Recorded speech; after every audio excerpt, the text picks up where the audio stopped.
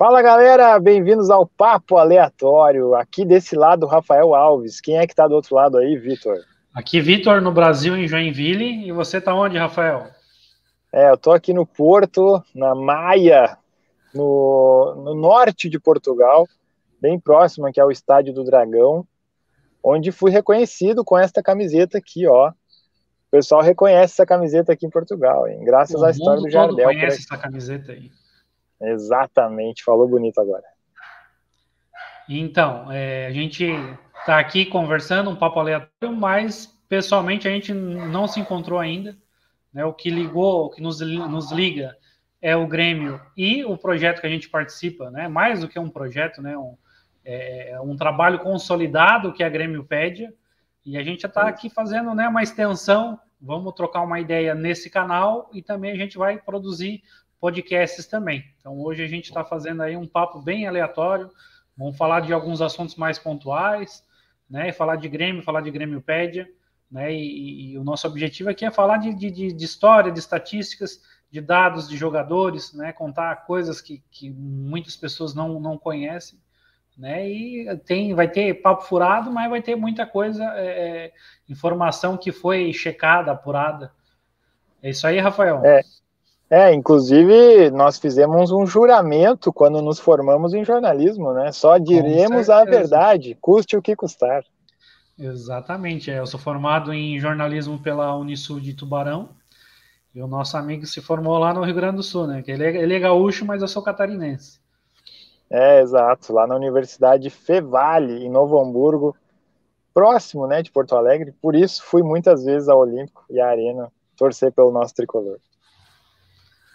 Então vamos começar por onde, Rafael? Quer falar do aproveitamento do Grêmio em casa, no Brasileiro? Pois é, eu vou te falar que de 71 para trás, a história do brasileiro, para mim, é meio que nula. Eu nunca estudei a fundo de 71 para trás. Meu foco sempre foi de 71 para frente, inclusive eu sei de cor todos os campeões de 71 até hoje. Mas de 71 para trás eu fico devendo. E agora surgiu aí uma notícia, né? O Vitor, se eu não me engano, foi quem trouxe lá na Grêmiopédia, né? E aí o pessoal dizendo então que o Grêmio era o melhor mandante da história do brasileiro de 59 a 2022. E aí eu quero ver se a gente consegue trazer esses números hoje para você que está ligado aqui nos assistindo. Então, os números do Grêmio como mandante são 775 jogos, 444 vitórias, 203 empates e 128 derrotas. Aproveitamento superior a 66%, né? 66,02%. O Palmeiras é o segundo colocado ali com praticamente 66%, né? A gente arredondando, fica praticamente Sim. 66 também, mas a gente tem um aproveitamento melhor. E é interessante também falar a questão seguinte: salvo engano, a competição nacional no Brasil começou em 59 para definir quem iria disputar a Libertadores, representando o Brasil. E desde 59 até hoje, o Grêmio todo ano disputa a competição nacional. Né? A gente teve 2 rebaixamentos, mas a gente disputou a Série B. Mas junto com o Santos, o Grêmio é o time que mais disputou a elite do futebol brasileiro. Então, por mais que houve rebaixamentos, no início dessa competição nacional, que foi Taça do Brasil, foi Robertão, teve, né, outras situações aí, a gente sempre tá participando, né? Mas quando não teve na Série A, estava na Série B, mas sempre a gente está participando de uma competição nacional. Só ratificando ali, ao invés de 2 rebaixamentos, são 3. 3. Pois agora. Faz Não parte. queria lembrar isso, mas faz parte. O clube gigante tem que participar de outras competições, né? Para estar na história. Né? Clube grande cai, é isso. Quando falar de Série B, tem que falar de Grêmio também. Pô. Então, eu fiquei na dúvida, só para deixar bem claro para quem está nos assistindo. O primeiro lugar, então, é em aproveitamento, é isso? Isso, exatamente. Ah, tá. Melhor Porque daqui a pouco aproveitamento como mandante.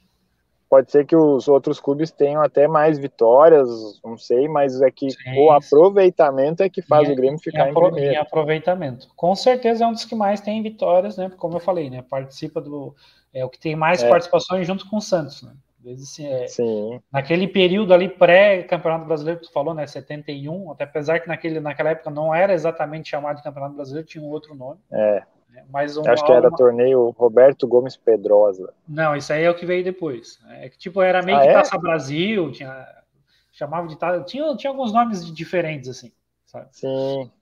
Caramba. Campeonato Brasileiro mesmo veio quando a CBF começou a existir, né? Porque antes era a CBD. Isso. Né? E o co-irmão ganhou só nessa época. Né? E quando o Grêmio ganhou, já era a CBF que fazia o campeonato. Sim. Eu lembro que tem a famosa Copa de 87. Copa União. Que aí o Grêmio, não sei em qual das duas estava, mas estava lá, em algum lugar, né? Tava, acho que é no verde, né? Módulo verde. Pois é, que não foi considerado pela CBF, né? É considerado só o esporte, né? É que a CBF estava, né, supostamente falida, né, e disse para os clubes, ó, a gente não vai organizar o Campeonato Brasileiro de 1987. Aí os clubes pegaram, se uniram, né, os principais clubes. Teve a questão da criação do Clube dos 13, né, que o Fábio Koff foi presidente a maior parte do tempo, né. E aí 13 clubes mais 3, fecharam 16 clubes, iniciaram o Campeonato Brasileiro. Aí a CBF foi lá e quis se intrometer e disse que a Copa União era um módulo do Campeonato Brasileiro e decidiu que no final o campeão e vice tinha que enfrentar o campeão e vice do outro módulo, né? Que era esporte, se eu não me engano era o Guarani, né? Guarani. E Guarani. E aí o Flamengo e Internacional não quiseram fazer essa disputa, só que também o Flamengo não foi para a Libertadores, né?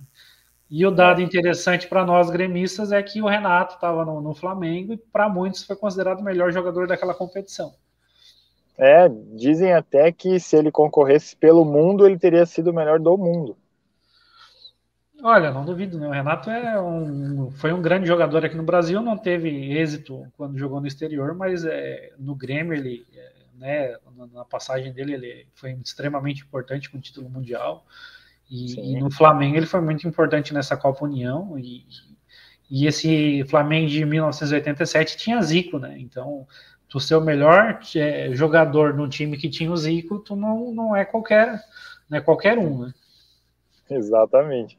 Eu estava ouvindo isso esses dias aí. Se em 87 a FIFA fizesse uma eleição geral do mundo todo, ele teria sido eleito o melhor do mundo.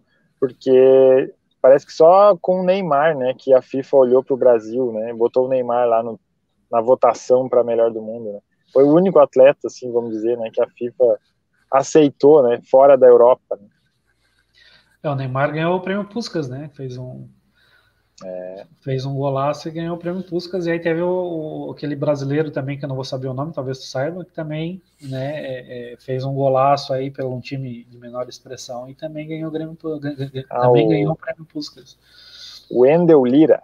O Wendel Lira, exatamente. Inesquecível. Inesquecível. Falar em inesquecível, hoje completa 16 anos do 4-0 na semifinal contra o Caxias, né? Pô, cara, eu lembro muito bem daquele jogo. Patrício, Diego Souza, Tcheco, nossa senhora, Lucas. Sim. Também, cara, que jogo. Recentemente tínhamos passado pela Série B, né? Já segundo ano na Série A, mas estávamos no Campeonato Gaúcho, que a gente acabou ganhando contra o Juventude, né? Caxias na semifinal, Juventude na final. O Caxias ganhou o primeiro jogo de 3-0, e aí ficou aquela, né? Será que a gente vai conseguir virar?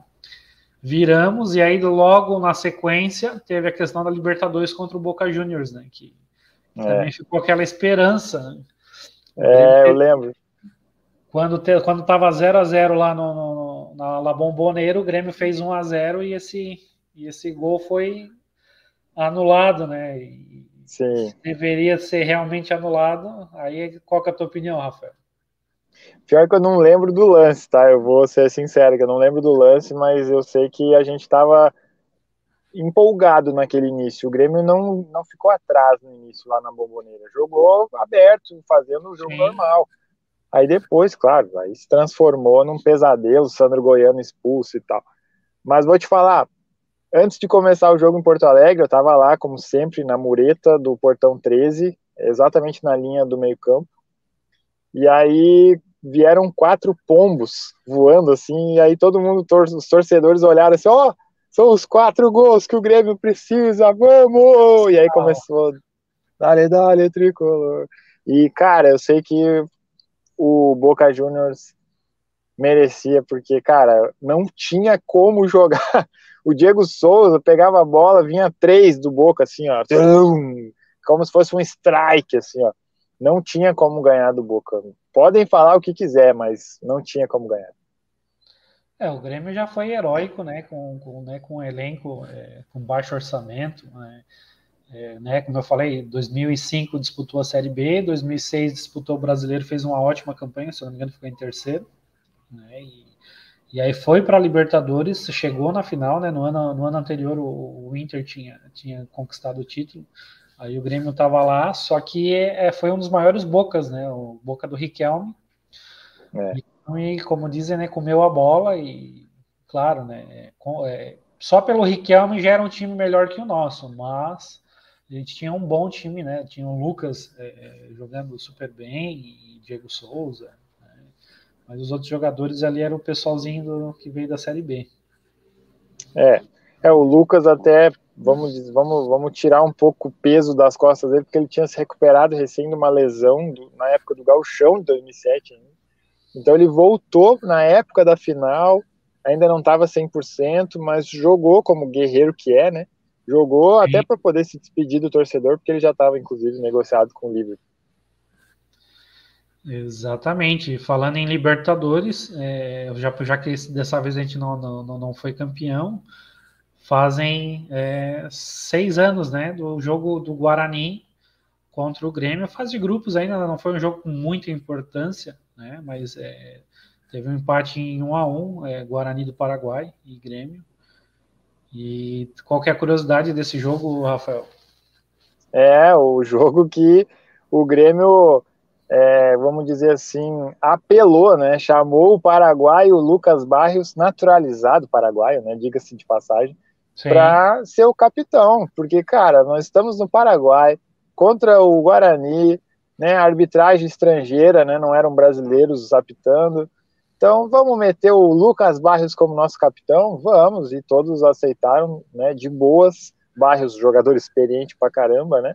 Então o Barrios foi o capitão nesse jogo. Não me recordo se ele foi capitão em alguma outra partida, mas essa é fácil lembrar, porque foi exatamente pelo motivo do jogo ser no Paraguai, e ele poder também, vamos dizer assim, entre aspas, em casa, né? É o país que adotou ele para jogar na seleção, e ele ganhou nome em cima disso.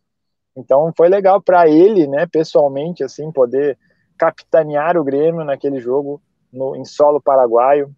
E lembrando que o Grêmio naquele ano foi campeão, então por mais que seja apenas um jogo de grupos, faz parte da caminhada do Tri, esse jogo que estamos lembrando agora. Sim, um jogo importante. E nessa questão do Barrios aí fica um convite para o pessoal visitar a Grêmiopédia, né, grêmiopedia.com. Tá cheio de dados e informações lá, seguramente quem for lá pesquisar vai encontrar, né? Então fica o convite aí para o pessoal tá entrando na Grêmiopédia, que tem inúmeras informações, tem né, ficha de todos os jogos, e né, quem possa tá nos assistindo aí, que talvez tenha algum material interessante sobre o Grêmio e quiser fazer fazer uma contribuição, estamos, né, pode comentar aí no vídeo, que entra em contato aí com a gente. Segundo a Grêmiopédia, o Barrios foi capitão em 2 jogos, tá? Não vou te saber te dizer qual foi outro jogo, mas ele foi capitão em 2 jogos, né? Pelos dados da Grêmiopédia. Pode ser que esteja faltando alguma coisa, mas provavelmente é isso aí mesmo. Sim, sim, show. Então tá, já que estamos falando de estrangeiros, tem 2 estrangeiros completando o aniversário hoje, né? O Escudeiro, que jogou em 2011, está fazendo 36 anos hoje, dia 20 de abril. Fez 43 jogos e 5 gols pelo Grêmio, e também o Perea jogou em 2008 e 2009, fez 20 gols em 60 jogos, está completando 39 anos, 20 gols em 60 jogos dá um jogo a cada 3 partidas, é um número interessante. E eu lembro que o Perea, no início todo mundo se questionou, assim como todo mundo se questiona, né, quando chega um jogador que não é muito conhecido, mas depois, para mim, pelo menos, e aí vem a questão de opinião, né, que a gente não é muito chegado em dar opinião, mas para mim o Perea supriu as expectativas, que não eram altas, né, então era, vamos dizer assim, fácil para suprir as expectativas, então para mim ele superou, porque o que acontece? O Perea, ele tinha a questão de um pouco assim de velocidade, não era um jogador lento, não era o 9 parado lá, alto, né? Então ele tinha um pouco da velocidade e explosão. Então, para mim, foi um jogador importante, né, no vice-campeonato, e que eu queria que tivesse sido no título, mas não foi. Então, acho que eu fico satisfeito assim com a passagem do Pelé pelo Grêmio, até poderia ter feito mais, só que depois daquele grupo de 2009 já estava completamente mudado, veio o Maxi Lopes e tal, mudou o foco, e aí o Pelé acabou perdendo espaço. E sobre o Scudeiro, eu quero chamar a atenção aqui, porque se eu não estou enganado, são 2 ou 3 vitórias na Vila Belmiro, em toda a história do Grêmio, e Sim. numa delas foi o Itaqui, em 99, 1-0, e a outra foi Escudeiro, 1-0 também, a gente só ganha de 1-0, né? Mas teve um 3-1, se eu não estou enganado, que aí Mais acho que já era época recente. de Luan, já era época de Luan, se eu não me engano. Mais Então acho recente que um são pouquinho, 3 teve uma vitórias, né? vitória, teve uma Pedro situação, Rocha, se eu não me engano. teve uma situação nesse jogo aí, dessa vitória aí na Vila Belmiro mais recente, aí por mais gols, que teve um atleta do Santos que né, pediu para retornar, né, eu acho que ele tinha saído para né, questão médica, né, foi ali fazer recuperação rápida, pediu para retornar para o gramado e aí na volta o árbitro expulsou ele dizendo que não tinha autorizado, né, e ficou meio aquele choro, né, realmente tinha sido liberado para voltar ou não, e aí o Grêmio já estava vencendo o jogo, se eu não me engano, mas aquilo ali ajudou mais ainda essa vitória, né? O placar foi 3-0 em 2019. Então, Luan, Everton e PP. Então, Né? Isso que aqui na Grêmio-Pédia, tu entra, tu consegue acessar as informações rapidinho, não precisa ficar destrinchando, entra na página do time, tu já vê todas as informações. E eu falei em Pedro Rocha, mas não era Pedro Rocha, era Luan, PP e foi Everton. depois, né? Meu amigo, 3-0, isso aí tá na história, porque antes só tinham sido 2 vitórias, que é aquela do Itaqui, do Escudeiro, aniversariante de hoje, e depois essa aí. Imagina, né? E foi o jogo número 150 do Kahneman com a camiseta do Grêmio. Ah, grande Kahneman. Pra tu ver como é difícil vencer na Vila Belmiro. Em todos esses anos, apenas 3 vitórias, né? Na Vila Belmiro, porque deve ter outro jogo que foi em outro lugar que o Grêmio deve ter vencido. Porque aqui de 5 vitórias do Grêmio, fora de casa. São 4 vitórias Deixa aqui. eu ver. São 4 vitórias na Vila Belmiro. Então acho que. Então tem mais uma? Essa que eu tô falando não foi a da expulsão, então até eu tava procurando, tá, mas quem foi expulso? Não encontrei essa. Será que teve uma na época do Pedro Rocha? Porque parece que eu me lembro do Pedro Rocha fazendo algum crime na Vila Belmiro. Olha, deixa eu ver aqui, ó. Aqui, ó. 5 de julho de 2015, Grêmio 3-1, Galhardo, Pedro Rocha e Yuri Mamute. Eu sabia que era o Pedro Rocha, então eu não lembrava de 2019. Mas 2015 também já faz uma cara, né? Já fazem 8 anos. Foi nesse jogo que o Giovani foi expulso. E depois que a gente teve aquele 3-0. Depois quebrou essa escrita, né? Depois quebrou essa escrita aí de não ganhar na Vila Belmiro, a gente já logo em pouco tempo a gente já ganhou de novo. Né? Mas teve realmente esse jogo aí eu estava assistindo na época. Yuri Mamute, aposta do Renato em 2011, né? E logo em seguida ele saiu. Sim. Só que não rendeu, né? Até hoje estamos esperando, né? Esperando. Exatamente. A outra vitória foi no Pacaembu. Eu tava com ela agora aqui, ó. Sim, teve uma vitória também no Pacaembu. Aqui, ó. 72 no Estádio Municipal Paulo Machado de Carvalho. 1-0 pelo Campeonato Brasileiro. Gol do... Parece que é Oberdan, se eu não me engano. O Berdan Não, já Oberti. Ah, Oberti, desculpa.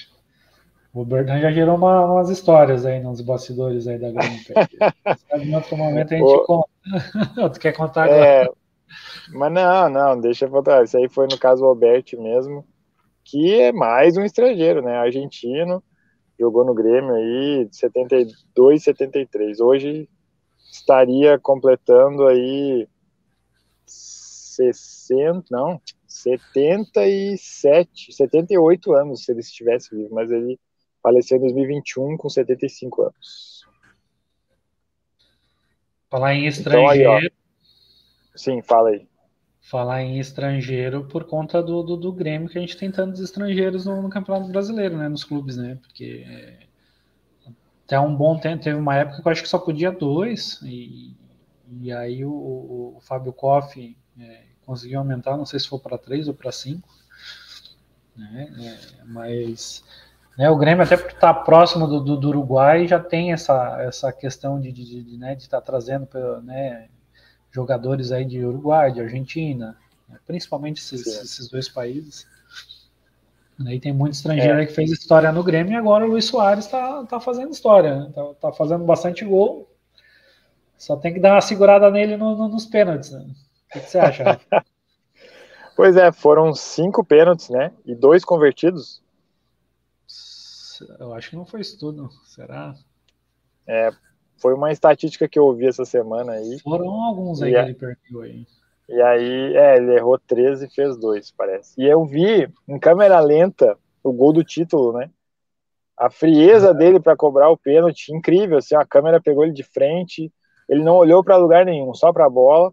O juiz autorizou, ele continuou olhando para a bola, correu, bateu, frieza total. Fez a comemoração aquela dos 3 dedos aqui e tal. Uhum. E aí é incrível, porque na final ele teve frieza. E em outros jogos ele acabou, que não eram finais, né? Acabou perdendo. Uhum. Ele já perdeu três Incrível. pênaltis. Já perdeu três pênaltis. É. E ele fez um, acho que nos primeiros jogos ele já tinha feito um, né? E Uhum. fez esse contra o Caxias, que foi o mais importante. Né? O mais importante ele fez, né? Sim, sim. E na cobrança por penalidades contra o Ipiranga ele também fez. Né? Isso. Ah, então será que foi esse? Porque daí tem que ver se fechou 6 e ele fez 3, ou é 5 e ele fez 2. Então é isso, talvez é isso. Não, nos Sim. primeiros jogos ele não fez de pênalti, não, tá? Não, foi tudo bola rolando, tá certo. Fizeram um levantamento aí né, de grandes jogadores e o Messi tem um aproveitamento pior do que o Suárez, mesmo com o Suárez perdendo esse pelo Grêmio. O Messi tem um aproveitamento pior. Não dá para ser bom em tudo, né? Em alguma coisa. O Messi é bom em quase tudo. No pênalti ele não é bom, para cabecear ele é baixinho. O Messi pegou uma parede pela frente que se chamava Peter Cech no Chelsea. Ele só foi tomar gol do Messi quando ele foi pro Arsenal, se eu não estou enganado. Pelo Chelsea ele nunca tinha tomado gol do Messi. E o Diego Alves, né, que pegava uns pênaltis lá pelo Valência também. Sim, pegou alguns pênaltis do Messi também. Mas, vamos deixar outros assuntos para próximo episódio e vamos ver qual vai ser a repercussão dessa nossa estreia aí, do Papo Aleatório, no nosso canal aqui no YouTube. E pedir para a galera, né, comentar aí o que a gente pode falar nos próximos episódios. A nossa intenção é fazer muita interação, né? Porque a gente tá conversa entre a gente, né? Fora das gravações aqui. Mas é interessante conversar sobre os assuntos aí que o pessoal quer saber, né? Se quiser buscar alguma coisa a respeito da história, né? Talvez algo que não esteja na Grêmio Pede, a gente pode fazer uma investigação e estar apresentando aqui. Mas a gente vai falar aí de assuntos né, de momento e assuntos históricos, né? Tá sempre levantando aí a história gremista, que ela tem muita curiosidade, tem muita história bacana. A gente acaba lembrando muita coisa né, dos anos 70 para cá, no futebol em geral, mas tem muita história interessante antes disso. Verdade. Um dia eu quero que a gente fale mais sobre os grandes nomes das décadas anteriores a essa que tu falou, por exemplo, o Jesse ou Gessi, que até hoje eu não sei a pronúncia. Eu chamo de Jesse, né? Meteu 2 na La Bombonera, né? Se eu não me engano. Eu quero, num dos próximos episódios aí, a gente tem que falar um pouco dele pro jovem torcedor do Grêmio que não sabe, assim, ficar sabendo, né, que teve um cara chamado Jesse que, meu amigo... Pena que a gente não tem imagens dele, né? A gente não se consegue vídeos, né, daquela época. Né? Se tiver, tem muita pouca coisa em baixa qualidade. Sim. Mas é isso. Vamos deixar vários assuntos que estão por vir aí. Fiquem conectados. 120 anos de história, praticamente, né? Então, história não falta, né? Exatamente. Muitos jogadores, né? E se alguém estiver aí assistindo aí, fez parte do Grêmio de alguma forma, né? Seja como funcionário, né? Ou conhece algum atleta, né? Quem quiser contribuir aí, a gente vai chamar para conversar, né? Que a nossa ideia é destrinchar aí, né? Fatos não contados sobre o Grêmio. Exatamente. Bastidores é o que mais nos interessa. Exatamente, backstage. É isso aí. Então tá, gurizada. Fiquem ligados aí. Deixa o like, comenta, se inscreve no canal. Nos segue no Instagram. Vamos deixar aqui na descrição do vídeo. E vamos trocando ideia. Beleza, então, Rafael? Feito, Vitor. Valeu. Um abraço, até. Até a próxima.